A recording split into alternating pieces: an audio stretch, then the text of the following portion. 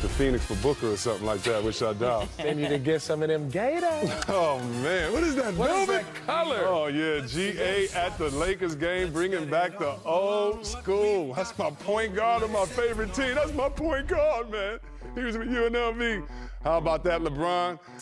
Kevin McHale. Dang, he made Kevin McHale look smart. Great Kevin McHale. The great Kevin McHale. That's right. I should have started with that. And how about the great, terrible play early of the Lakers, Candace? Well, it was all about just being sloppy, turning the ball over. Philadelphia really excelled in not having to really do much on offense, but score transition buckets.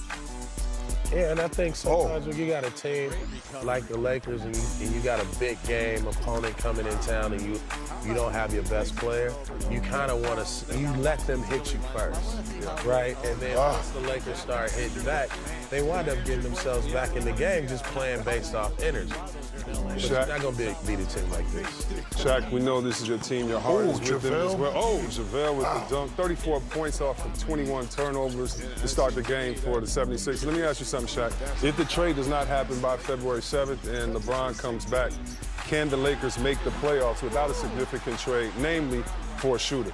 I think they can make that 8th, 7th spot, but you don't want to be messing around playing Golden State.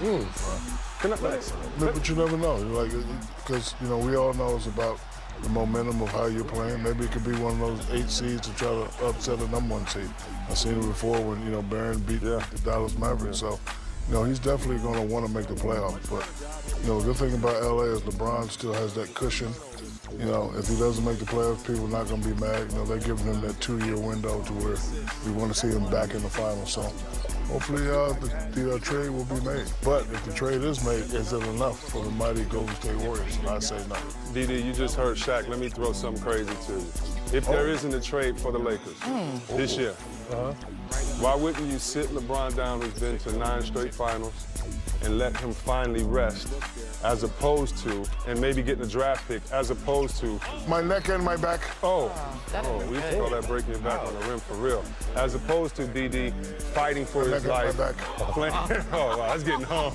And his back really hurt. I didn't see that. See how he landed? No, he is really hurt. Yeah, we don't get him some icy hot. What is this? My neck and my back. Yeah. Man up with some icy hot. But DD, could you see that or no? I was looking at the way the season is with the Lakers. 2 games out of 5. And LeBron with this injury, right? Because, a guy with his type of explosion and power, you need, that's your power base. So, if I'm the Lakers, I would look long and hard at where we are in the playoffs, where LeBron is with his injury, and I wouldn't be opposed to sitting him down and really getting ready for next year. I'm glad you agreed, because people thought I was crazy, and I'm like, he's played a lot. The thing you want is him healthy any year, and you're going to win. Exactly. Him coming back a little bit up under the weather. Preservation is great, especially when you got LeBron at his age. If you can preserve him and find the time to do that now, then, the type of player that he is, you'll get another good 3-4 year run out of him. Yeah. Candace, you've seen injuries, you've been around the game a long time. With a guy like Embiid, why do they keep playing him? Even in games like this, blowouts, when he may be injury prone, or you just want to make sure you sustain him and keep him healthy? Well, there were games earlier on in the season where we saw him on the sideline warming up his back and really laboring to get up and down the court. Obviously you see right there. Oh, he tried to dunk that. Yeah. Especially as much as big as he is and as much as he weighed, he has had problems with his back before. So really you want to get him to the playoffs and you want him to be healthy. And so whatever that is, I don't know if playing through it and putting him back in the game is the best for him. Yeah. What were you about to say, BD? He shouldn't have been in the game. Stop it. He shouldn't have been in the game, man. You blowing the team out. He shouldn't have been in the game. I ain't blowing him out. You are blowing him out. You trying to get them SLNs? Want him to play. The Shaq-like numbers, is that why you're trying to stay in the game? You want to? I'm saying you got to play. I want him to understand every scenario that's going to happen, and that will happen. So I want him to play. Let's hear the rest of this bad song you were singing. Not a bad song. That's why you got a flip phone. That's how you was running around trying to win championships. That was your first day in LA. Can you dig it? Anyway, when we come back, we got tons more to come on Players Only on TNT, presented by Kia. Coming up next, Antetokounmpo. Oh! That's Greek. Got the Bucks next. Say it again. What does that mean? Nothing. Players Only halftime report presented by American Express. Now, usually we don't come in with highlights of the losing team, but the Lakers have been making a run with a few highlights. Ooh. Oh, yeah. Don't look at them. Don't you look at them. No, don't look at them. Don't look at them. Don't stand over them. Yeah. Where's Khalifa looking? You got beads at the end. I see you with the beads, Ingram. Welcome to Players Only. I'm Chris Webber. We got Shaq, Candace Parker, and my man, VD. So what's going on, guys? When you look at the first half of this game, actually, we can look at some of these plays. When you see a young team like the Lakers and they don't have LeBron James there, Candace, and you see the start of a game like this, if you're the coach or a teammate, what do you say to your players, and why is this going on? Well, this looks like a team that hasn't had a ball handler with them. I mean, Rajon Rondo missed time. Lonzo Ball's out with an ankle injury. LeBron's been out for 16 games. So when the head of your offense has been out, you know, you're going to turn the ball over. But they were just giving the ball away. I'd have to disagree with my good friend Candace. This right here is just a lack of focus, because after we get rid of these highlights, we're going to show highlights when they start focusing, they start making the plays. No, we're all professional. We all can play.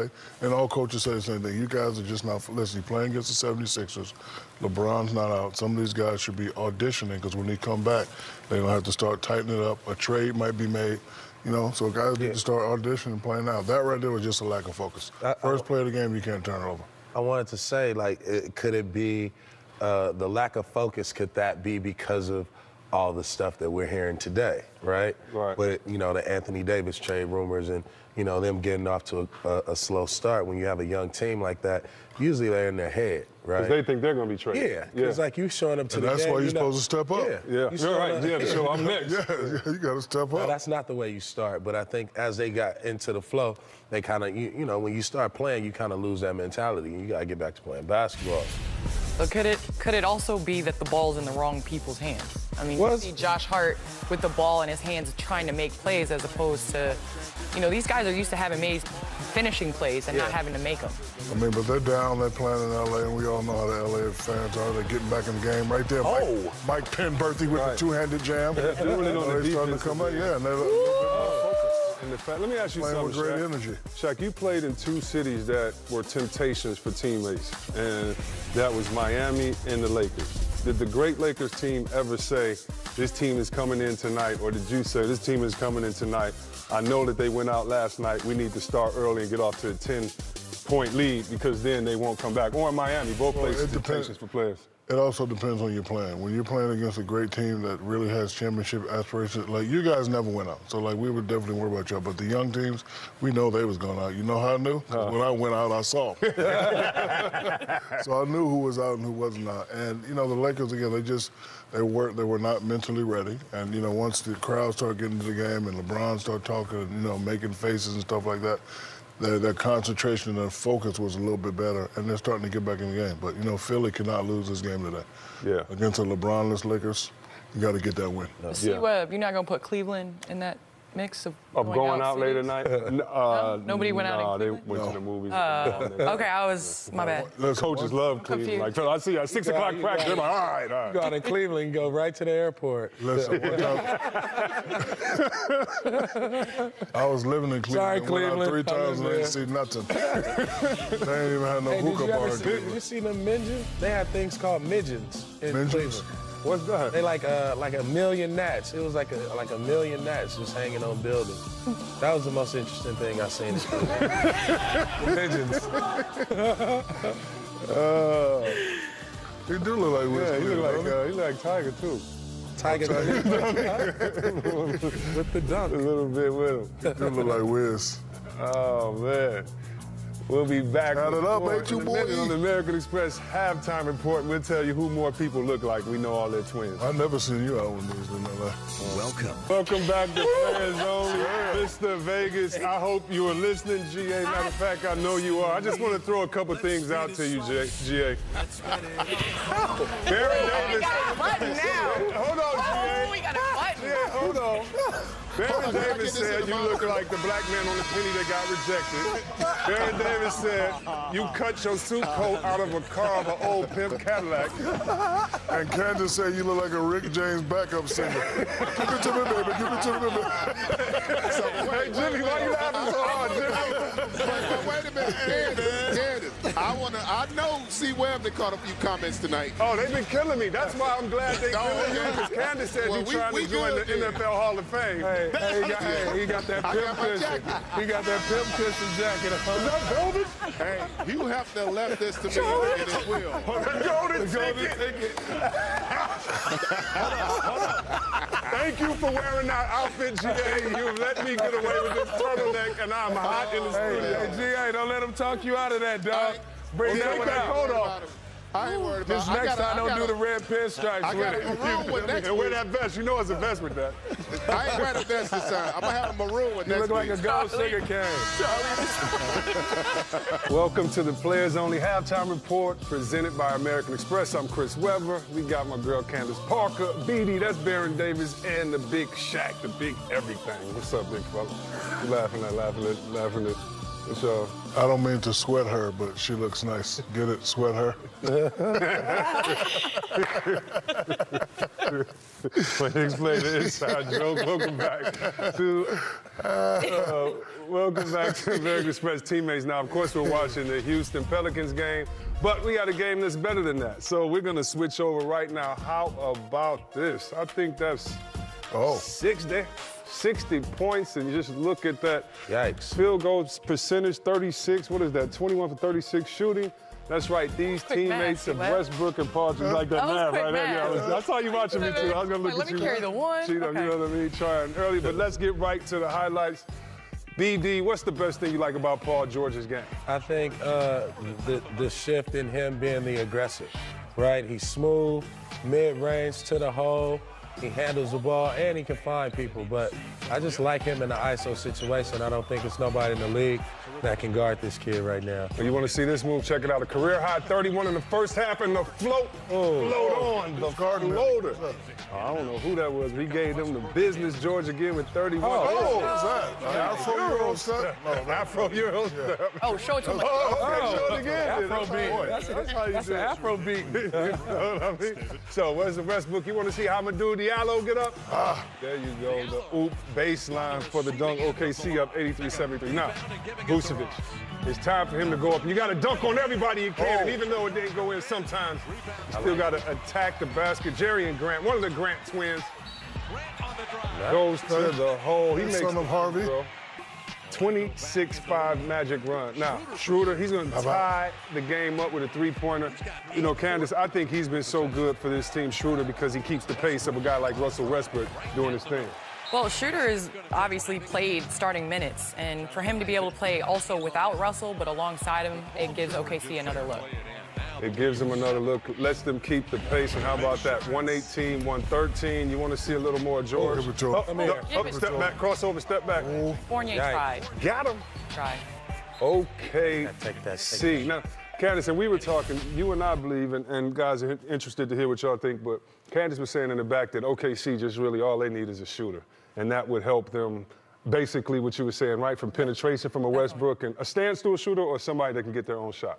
I think at this point, just a standstill shooter, and it'll open up the lane and it'll take some pressure off of Russell and obviously give him more space for him to drive, because he's doing really good going north and south this season. I agree with you, but they also need another guy that can score at all times, because, you know, it's nice to have a 1-2 punch, but what if one of those guys are not having a good game? You need that other guy that's an automatic scorer. Schroeder can be that guy every now and then, but he's kind of a wild card. I don't want him taking, you know, crazy shots trying to get 20. Do you guys think a team like this, BD, needs to make a trade before the February 7th trade deadline, or because they're playing well and relying on their defense, you just got to throw all your chips in and play this way? Or if you want to win a championship, is this year to make the trade, or do you think Golden State still has it and you have another year or two before you shore up your team? I think it's the year to make the trade. because what Candace and Shaq is saying, those are the two people they need, right? And you can go and find somebody on somebody's bench. Look what Houston did with Fareed. You can go find one of these people that can be, you know, a third or a fourth scorer for you, rebounder, effective guy, and then you can also go get you a shooter, somebody that can stretch the defense. And if they have those two things with Schroeder and with Russ and PG doing most of the ball handling, they should be fine. Yeah, it'd be interesting with their defense to see if they make any more moves. Now, we'll be back with more in a minute on the American Express halftime report. Shaq, when your coworkers laugh at your jokes, it's because they're too scared not to. Sweater. You don't like my joke, Mouse? Really? Okay, TK, I got one for you. Oh, there you go. That's your studious look. Yeah. Professor Parker. That was my carry the one. Professor look. Parker. That was my quick math look. There you go. We'll be back. Players only. Y'all ain't like my joke? Welcome. Back. It's the American Express halftime report. We got the crew up here, players only. We're back every Tuesday. You can catch us on TNT. That's the station you're watching now, just in case you didn't know. Candace, we were watching the game in the back, and you were talking about teammates, hustle players, and how this wasn't stars only, but players only, meaning that we need to give a little love to the players that do all the dirty work, the unsung heroes. And you have a guy you want to talk about tonight. Well, Kenneth Fareed, picked up by Houston, has bounced around the league for some time, changed positions from playing a 4 into a league that now they only value stretch 4s now. So it was, where do you play him? Well, Houston found a place to play him, and that's at the 5 position. P.J. Tucker is their blue-collar worker. Well, now they have another one. He gets the hustle plays. He always seems to be at the right place at the right time, moves without the ball very well, is able to finish. For what he gives up in size, he has in strength. And, you know, obviously shouldn't have thrown that pass, but he gets it back with the hustle play and gets the and one. This is a person that is filling in for Clint Capella, who was averaging 18 points, 13 rebounds. At the half, he has 13 and 7. And so it's not all about just the stars. It's about those other players that can fill in, and especially in the playoffs, this is great for them to have a backup behind Clint. And he's out there working hard. You can see he's out there sweating like he's wearing a black turtleneck sweater. He's out there sweating. Where's my man that sent in a tweet earlier about laughing at Shaq's jokes? Oh, this guy, funny guy. I like that sweater. Eddie Murphy in the studio tonight, guys. When the Clumps 3 comes back. What's up, Keith Sweat? You want me to sing a little, Keith? I can get up tonight. Get him. I thought we was teammates. Not Barry down there pumping it up. All right, Barry. I just saw the Mr. Rogers documentary. He straight up jacking his style. But see, I don't even like day on players only. It's a beautiful day on players. Hey, you remember what Eddie Murphy did Mr. Robinson's Neighborhood? That's who BD look like right now. About to rob your crib. We'll be right back. Players only, halftime. Oh, somebody help me out there. That's right. Baron Davis turning. Oh, there you go. Mr. Boom Hood. The internet has no chill. And they quick, too. Undefeated. Yeah.